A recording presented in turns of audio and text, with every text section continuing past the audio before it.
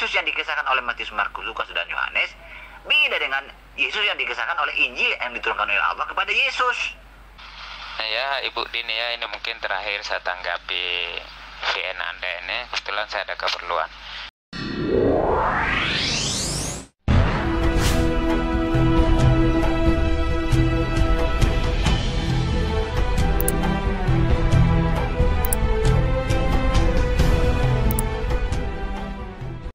Kamu kalau malas membuka VN, nggak usah berdebat di sini, ya.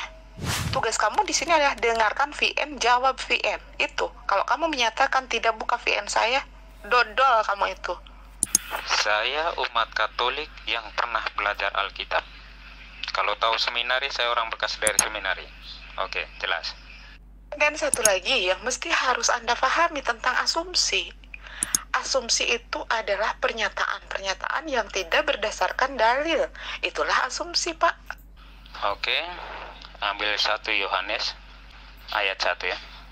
Pada mulanya adalah firman, firman itu bersama-sama dengan Allah, dan firman itu adalah Allah. Bagaimana menurut Anda? Itu asumsi menurut kamu.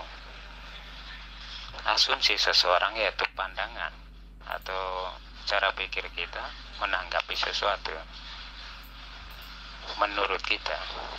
Oke, itu asumsi menurut saya. Di mana Matius salah satu dari 12 murid Yesus? Penulis-penulis Injil kanonik itu bukan murid-murid Yesus. Bagaimana Anda ini mengatakan mereka adalah murid Yesus? Mereka adalah penulis-penulis kanonik. Ya, ngawur. Kok Anda kekeh mengatakan berasumsi terhadap ayat-ayat itu? Yang saya sampaikan adalah mutlak apa yang tertulis dalam Alkitab. Kok berasumsi? Itu dalil-dalil yang saya sebutkan adalah dalil-dalil yang ada di dalam Alkitab itu sendiri. Kamu paham gak artinya asumsi? Saya berbicara apa adanya, seolah saya sedang mengcopy paste pernyataan yang disampaikan oleh Alkitab. Atau saya sedang menjabarkan ini apa loh, ini yang dikatakan Alkitab ini. Kenapa kamu melawan isi Alkitab ini? Padahal saya copy paste, tidak ada dalil yang saya rubah dan tidak ada satupun dalil yang saya asumsikan. Pure 100% saya copy pastekan dalil itu. Itu loh. Jadi paham kan, kalau Anda mengatakan dalil yang saya record dari Alkitab atau dari Injil dikatakan sebuah asumsi menurut Anda, itu artinya Anda sama aja sedang mengatakan bahwa dalil-dalil yang ada di dalam kitab Anda adalah dalil-dalil asumsi. Betul nggak, Pak? Begini ya saudari, saya tidak mendengar ini Anda sampai habis, tetapi saya tanggapi. Ini saya membuktikan bahwa Anda berasumsi menggunakan ayat-ayat Alkitab kami. Oke? Ini saya mau membuktikan Anda berasumsi terhadap ayat Alkitab kami. Saya ulangi itu sampai 2 kali. Pahami baik-baik apa yang saya katakan. Hei, kamu tuh tidak bosan mengatakan bahwa dalil yang saya bacakan itu merupakan asumsi.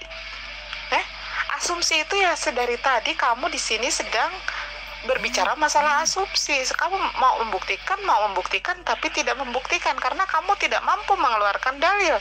Sementara yang saya katakan adalah murni mutlak adalah dalil yang tertulis di dalam Injil. Masa dalil dibilang asumsi? Asumsi itu yang perkataan kamu dari tadi berbicara tanpa dalil. Itulah yang namanya asumsi. Dalil Alkitab itu sudah sangat jelas dan terang. Tidak perlu dipandu. Justru kalianlah yang memandu, yang memelintir-melintirkan dalil yang sudah benar. Ya?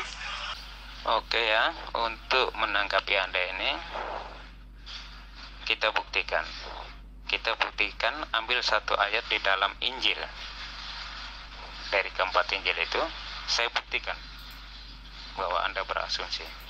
Coba ambil kutip saja apa ayat yang kamu suka. Dan saya bilang itu asumsi. Kenapa saya bilang itu asumsi? Karena Anda coba menafsirkan ayat itu tanpa mengetahui bagaimana cara pembelajaran Alkitab. Oke? Kalian memandu untuk mengubah arti atau mengubah pengertian dari dalil itu adalah hanya untuk mencari pembenaran. Padahal Alkitab itu sudah sangat jelas dan terang benderang. Tidak perlu diartikan lagi, tidak perlu ditafsirkan lagi. Begini ya, saya mau bilang kepada Anda ini bagaimana saya mau membuktikan bahwa Anda berasumsi terhadap ayat kami yang Anda maksudkan berdalil itu dari ayat yang sama itu. yang Anda sebutkan itu. Saya buktikan bahwa Anda berasumsi. Karena Anda tidak mengerti. Makanya saya bilang Anda berasumsi menurut pandangan kamu. Baca ayat itu dan menurut pandangan kamu. Saya coba menghadirkan ini loh cara pandang Alkitab. Ketika Anda mau belajar tentang Matius, setidaknya tahu bagaimana latar belakang Matius itu sendiri. Kondisi jemaatnya seperti apa. Banyak pembelajaran sebelum masuk kepada Injil Matius itu sendiri. Oke, seperti itu pembelajaran Alkitab. Oke, bukan tanpa bimbingan. Kita coba menafsirkan ayat-ayat Alkitab. Itu akan menjadi asumsi orang perorangan. Oke, mengerti kan? Mungkin Anda tidak tahu berapa banyak pendeta dari sini, di grup sini yang sekarang sudah selalu menghindar dari aku. Bahkan beberapa orang ngeblok karena aku serang mereka dengan dalil, aku tampar mereka dengan dalil. Begitu loh. Sekarang coba, kamu pendeta, pastor, atau hanya jemaat? Saya minta jawaban itu. Nah, Anda sendiri tidak tahu kan dalil itu ada di mana. Matius 7 ayat 21-23.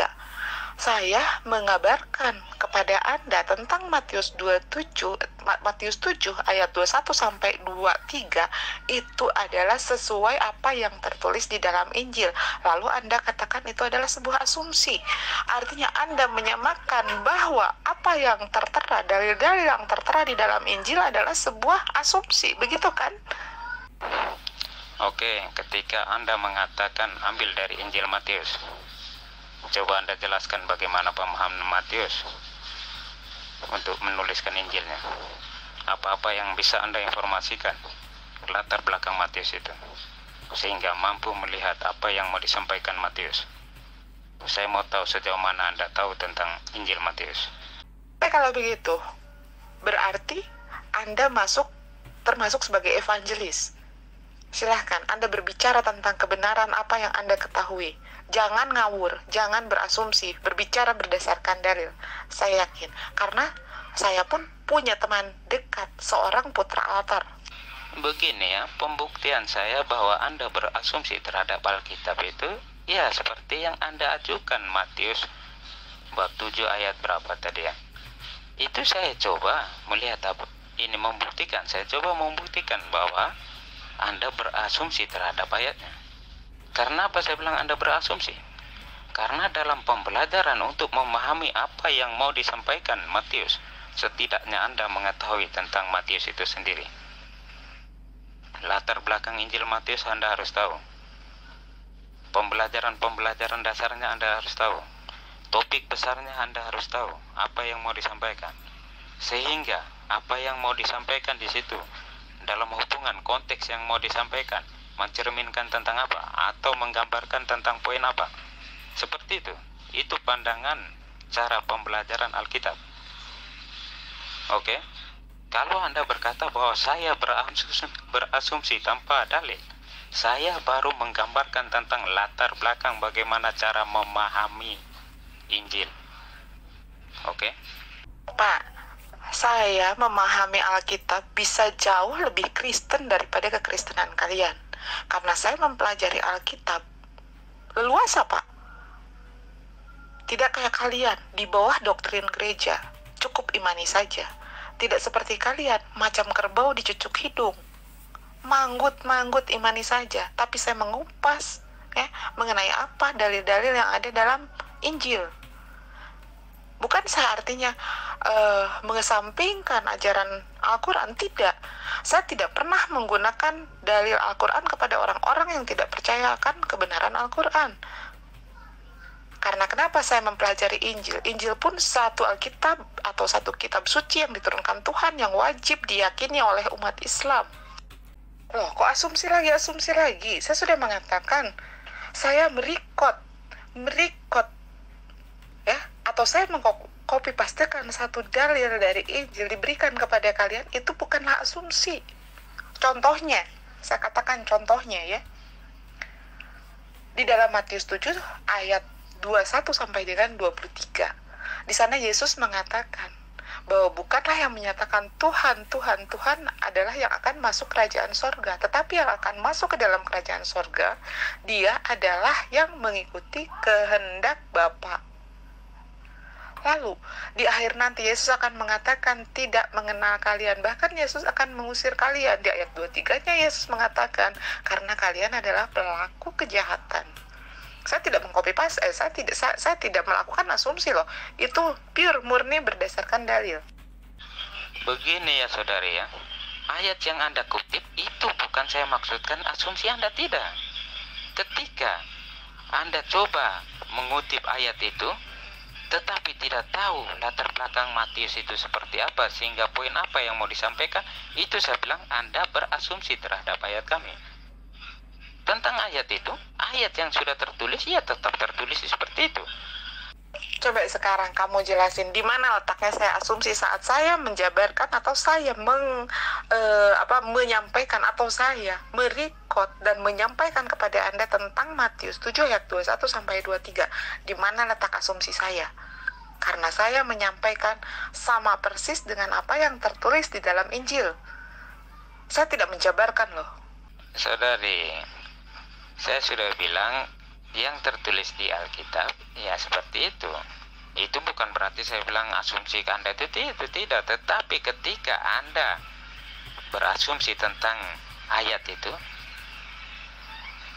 tanpa mengetahui latar belakang, tanpa mengetahui apa maksud poin yang mau disampaikan Matius, itu menjadi asumsi Anda.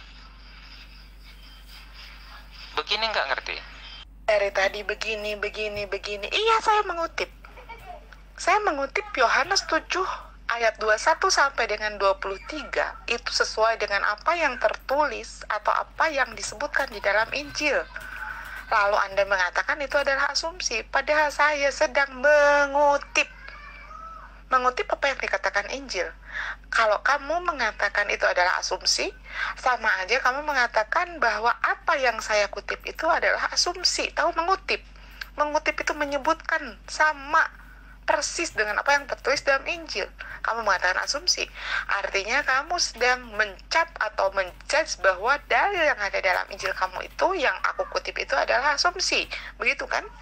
Begini saudari ya, Matius dalam Injilnya itu diyakini sebagai murid Yesus yang dari 12 murid itu.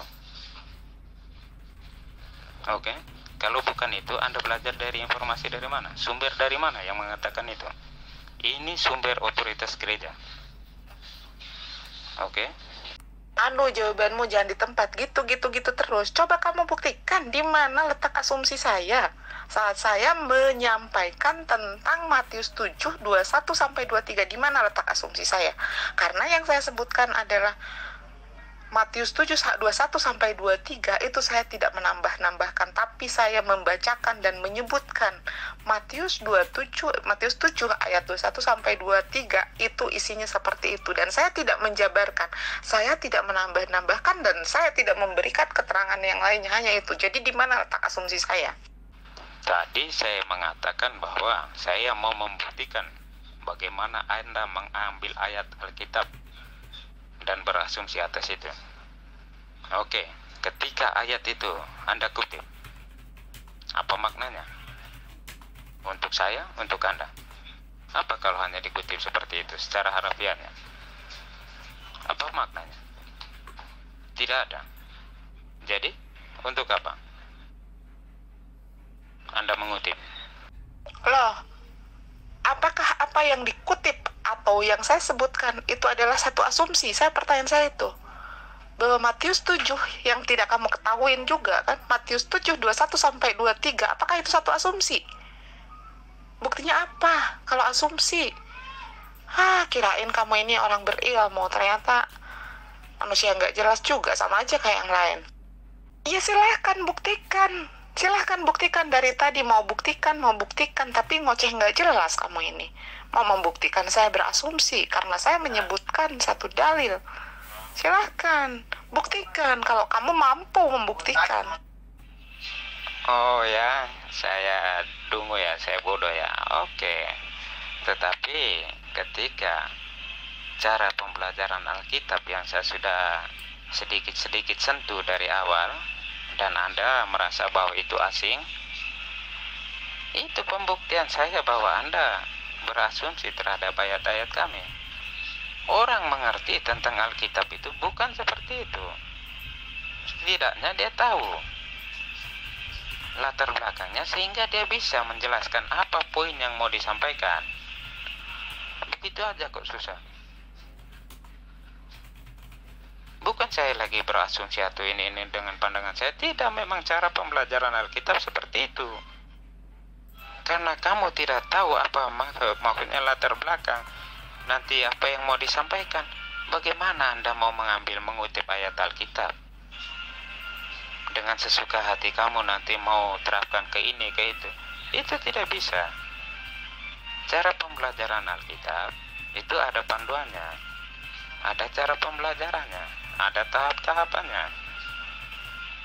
Saya membuktikan Anda berasumsi, yaitu dengan Anda tidak tahu tentang Injil Matius, tetapi Anda coba mengutip Injil Matius. Bagaimana jadinya nanti? Oke ya, pahami itu. Nah, sekarang saya mau tanya, kamu ini Kristen apa Katolik? Katanya Katolik.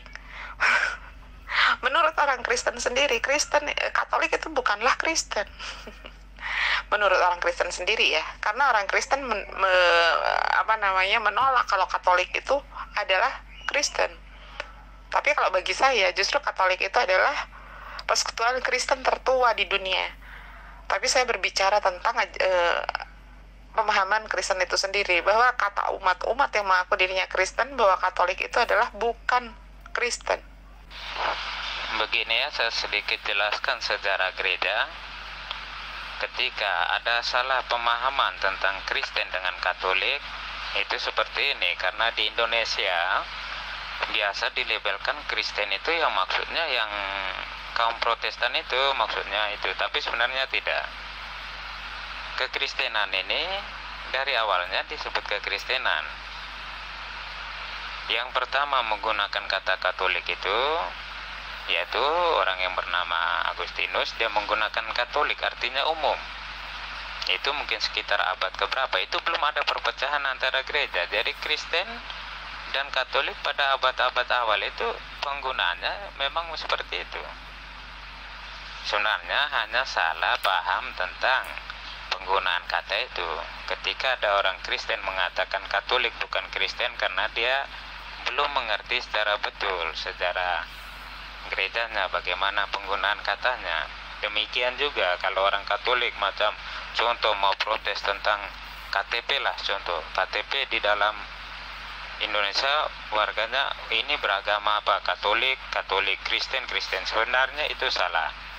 Dalam kekristenan itu ada Kristen Katolik, Kristen Protestan. Itu biasanya karena ada perpecahannya pada abad ke-16, terutama Kristen Protestan ini. Kristen itu sendiri terpecah mulai sekitar abad ke-5 ada satu, yang terbesar abad ke-10. Habis itu ada juga dengan perpecahan lagi di dalam tubuh kekatolikan, yaitu Protestan itu pada abad ke-16. Penggunaan kata yang kelihatannya membuat orang salah mengartikan itu bukan berarti mengubah makna. Katolik itu adalah yang memang dari dulunya penggunaannya itu. Kristen pada abad-abad awal juga dibilang Katolik. Maksudnya bukan pada zaman Rasul, tidak, tetapi terutama pada satu tokoh yang bernama Agustinus. Dia menggunakan kata Katolik yang artinya umum. Itu pengetahuan singkat tentang Kristen dan Katolik. Ketika ada yang mengatakan Kristen bukan Katolik, itu karena dia tidak terlalu memahami makna katanya. Sebenarnya harus penggunaan katanya Kristen Katolik atau Kristen Protestan kalau untuk di Indonesia. Tetapi ada lagi Kristen Ortodok. Nah, seperti itu. Kristen ini untuk pengikut Kristus. Itu saja. Ini ya, saya sudah buka VN Anda. Dan ternyata saya buktikan bahwa Anda memang berasumsi terhadap ayat-ayat Alkitab itu. Kasih tahu itu ya, Matius itu penulis Injil kanonik kedua, ya. Matius itu penulis Injil kanonik, polanya adalah tambal sulam penulisan kanoniknya itu. Injil Matius itu tahun berapa? Tahun 85 Masehi. Yesus mati tahun berapa, Pak? Tahun 33 Masehi. Artinya penulisan Injil kanonik Matius itu tidak di zamannya Yesus, karena Matius itu adalah penulis Injil kanonik kedua, ya. Pola yang ditulis adalah tambal sulam. Dan Injil kanonik Matius itu di tahun itu pertama kali ditulis di abad 85 Masehi, di tahun 85 Masehi. Sementara Yesus aja mati tahun 33 Masehi. Artinya penulisan Matius yang penulis kanonik itu tidak di masanya Yesus. Jadi apa urgensinya saya harus mengetahui latar belakang Matius? Karena Matius itu adalah penulis, sementara yang berbicara di dalam Matius, di dalam Injil Matius 7 ayat 21 sampai dengan 23 itu bukan Matius yang sedang berbicara, tetapi Yesus di sana yang sedang berbicara. Matius hanya menuliskan apa yang dikatakan Yesus. Ya, bahwa Yesus mengatakan bukan yang berseru Tuhan, Tuhan, Tuhan yang akan masuk ke dalam kerajaan sorga. Bahwa Yesuslah yang mengatakan dia tidak mengenal kalian. Bahwa Yesuslah yang mengatakan kalian adalah pelaku kejahatan. Bukan Matius. Fungsi Matius di sana hanyalah menuliskan. Lalu kamu kenapa menjadikan dalil itu dianggap sebagai asumsi karena saya tidak mau tahu soal siapa penulisnya. Mau kamu pun yang menuliskan, dalil itu akan saya bacakan, bahwa dalil itu tetap begitu, tidak akan berubah siapapun yang menulisnya. Iya betul, kamu mengutip dalam Matius itu saya mau membuktikan bahwa kamu berasumsi terhadap ayat-ayat Alkitab kami. Ini saya lagi membuktikan Anda lagi berasumsi terhadap ayat-ayat Alkitab kami. Pak, coba dibaca Ulangan 6 ayat 4, Pak. Kata Yesus, dengarlah hai orang Israel. Allah itu Tuhan kita. Allah itu Esa. Jadi bukan Allah itu tiga. Bukan Allah itu Trinitas. Ulangan 6, pasal 4. Silahkan dibaca. Itu ajaran Yesus, Pak. Jadi Yesus tidak pernah mengajarkan Trinitas. Karena Trinitas, seperti yang saya bilang, Trinitas itu tidaklah Alkitabiah. Silakan dibuktikan, bongkar seluruh isi Alkitabmu, cari dalil tentang Trinitarian. Ini apa lagi yang kamu maksud penulis kanonik? Pengkanonan itu patokan. Penulis kanonik. Mungkin kamu salah mengerti tentang kekristenan, sehingga seperti ini. Matius dan Yohanes adalah murid dari ke-12 murid itu. Sedangkan Markus dan Lukas. Markus itu salah satu murid 70 murid Yesus. Dan Lukas itu sahabatnya, siapa yang istilahnya dekat dengan saksi mata itu, 12 murid itu. Itu keempat Injil. Kamu dapat informasi dari mana sehingga sampai punya asumsi seperti ini? Kamu yakin nggak tulisan Yohanes itu? Tulisan Yohanes itu pembohong itu. Makanya jangan kamu percaya kepada Yohanes. Tulisannya salah itu. Karena tulisan Yohanes itu bukan Injil yang diturunkan oleh Allah kepada Yesus. Kan ada Injil yang diturunkan Allah kepada Yesus. Itu yang benar. Bukan Injil Yohanes, bukan Injil Matius, maka Lukas. Jadi Yesus yang dikisahkan oleh Matius, Markus, Lukas, dan Yohanes beda dengan Yesus yang dikisahkan oleh Injil yang diturunkan oleh Allah kepada Yesus. Nah, namanya sama, tapi beda orangnya. Ya, jangan komentari tulisan Yohanes. Kamu tidak yakin itu benar. Karena itu bukan Injil yang diturunkan oleh Allah kepada Yesus, ya. Ya, Ibu Dini ya, ini mungkin terakhir saya tanggapi VN Anda ini. Kebetulan saya ada keperluan. Ini begini, tentang Trinitas atau coba Anda kaitkan dengan Unitarian. Sebaiknya kami kaum Kristen Trinitas ini bisa berbincang langsung dengan kaum Unitarian supaya kelihatan ada, maksudnya debat-debat yang lebih kita mau tahu bagaimana penjelasannya. Tetapi begini, kalau Trinitas tidak alkitabiah, kata siapa? Karena Trinitas itu adalah rumusan yang dikonsepkan atas indikasi-indikasi yang ada di dalam Alkitab. Oke, di dalam kekristenan, bahkan sebelum Injil dituliskan, orang Kristen awal hidup dengan cara apa? Dalam keagamaan terutama. Ya, setidaknya dengan tradisi-tradisi mereka itu. Di dalam gereja, Alkitab, tradisi adalah sumber-sumber yang dijaga. Ketika orang mengatakan bahwa kaum Trinitas tidak alkitabiah, itu kata siapa? Karena Trinitas ada indikasinya di dalam Alkitab itu sendiri, baik PL maupun PB. Oke, penjelasan itu nanti panjang dan butuh. Saya kalau bicara tentang Trinitas dengan Unitarian, setidaknya saya ingin ketemu dengan orang-orang Unitarian. Baru kita bisa lihat bagaimana, sejauh mana masing-masing bisa mempertanggungjawabkan konsep keimanannya. Segitu dulu ya, kebetulan saya ada perlu. Terima kasih ya atas waktunya. Oleh karena itu, ketika Anda membaca ayat Alkitab tanpa panduan atau tanpa pembelajaran Alkitab, maka akan menjadi asumsi Anda. Ini yang saya mau buktikan. Paham kan? Anda ini sangat tidak nyambung. Kita lagi berbicara dalil. Kenapa jadi berbicara masalah pandangan Matius? Kita lagi berbicara dalil loh, Pak. Yang tadi kamu mengatakan bahwa saya itu adalah berasumsi tentang dalil, dan saya mengatakan saya merekod atau mengcopy pastekan dalil sesuai dengan apa yang tercatat di dalam Alkitab. Sekarang justru Anda yang harus menjelaskan.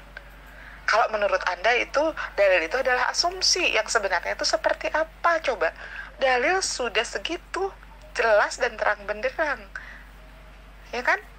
Kok sekarang Bapak larinya tentang masalah pijakan Matius menulis ayat itu? Bukankah kita lagi berbicara dalil? Anda mengatakan dalil yang saya sebutkan adalah dalil-dalil asumsi, padahal saya merekod atau mengcopy paste. Kalau misalkan Anda mengatakan asumsi, silahkan lawan kitabmu. Karena saya berbicara di sini berdasarkan apa yang tertulis di dalam dalil-dalil kitabmu. Dan ini sudah pembuktian yang sangat nyata bahwa Anda telah menyatakan dalil-dalil dalam Alkitab adalah isinya hanya asumsi. Karena saya jelas mengcopy pastekan, tidak merubah sedikit pun dalil yang ada dalam kitab Anda. Paham, Pak?